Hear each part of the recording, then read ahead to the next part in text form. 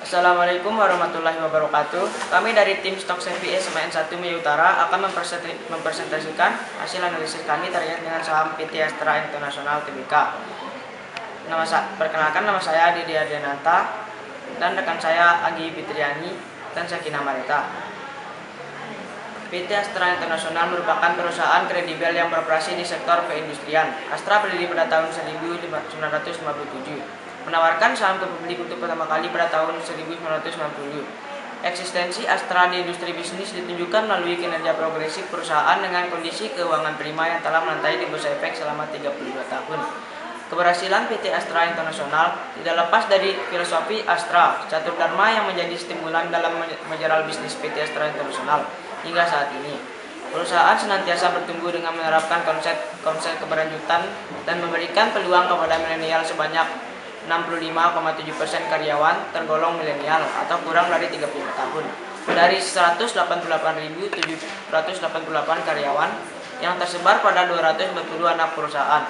Perusahaan, asosiasi, dan pengendalian bersama entitas yang menjalankan 7 segmen usaha di Indonesia, yaitu otomotif, jasa keuangan, alat berat, agribisnis, infrastruktur, logistik, teknologi informasi, dan properti.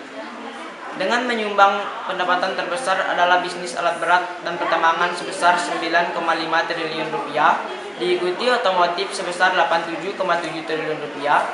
Melonjaknya harga batubara pada 2022 menjadi faktor utama kenaikan pendapatan lini bisnis alat berat dan pertambangan ASII, yang sebelumnya sektor otomotif yang memimpin. Dilihat dari sisi makroekonomi, pertumbuhan ekonomi Q2 2023 sebesar 5,3%, sehingga daya beli masyarakat cukup tinggi. PT Astra International Tbk mencatatkan penjualan mobil sebanyak 184.772 unit hingga April 2023. Penjualan tersebut turun 2,2% dari periode yang sama tahun sebelumnya sebanyak 188.541 unit. Inflasi dan kenaikan suku bunga bisa menjadi sentimen negatif bagi ASII karena dapat berpotensi terhadap rendahnya penjualan unit motor dan mobil dan lini bisnis lain Astra. Kenaikan suku bunga juga upaya BI untuk menstabilkan kurs rupiah.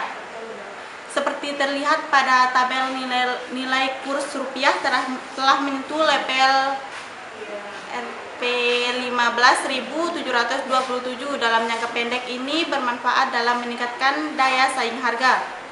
Namun jika rupiah terus melemah secara signifikan, hal ini dapat mengakibatkan biaya impor yang lebih tinggi untuk bahan baku komponen motor dan mobil yang dapat mempengaruhi profitabilitas mereka. Persaingan usaha di sektor otomotif di Indonesia pada tahun 2023 tampaknya tidak terlalu kompetitif, dan hal ini bisa disimpulkan dari posisi dominan yang masih dipegang oleh Astra. Astra sebagai market leader yang kuat berhasil mempertahankan penguasaannya dalam perebutan market share penjualan mobil di negara ini.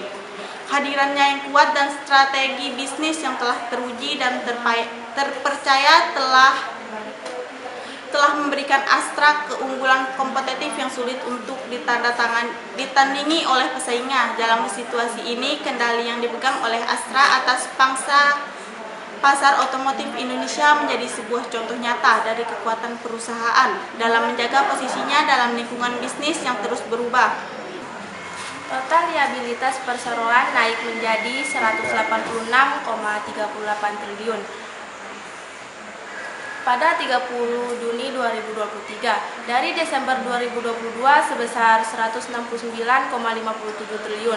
Sementara itu, total ekuitas tercatat 233,31 triliun hingga 30 Juni 2023. Dari Desember 2022 sebesar 243,72 triliun.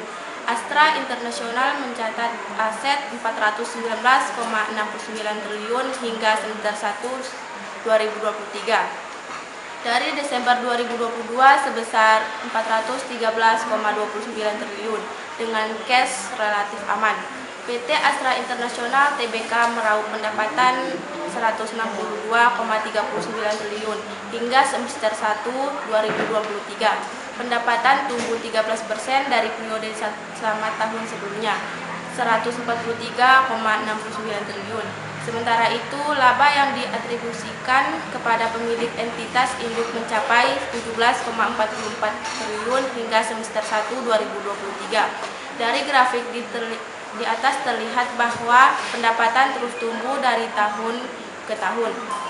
ROA dari Astra mulai tahun 2020 mengalami peningkatan yang konsisten.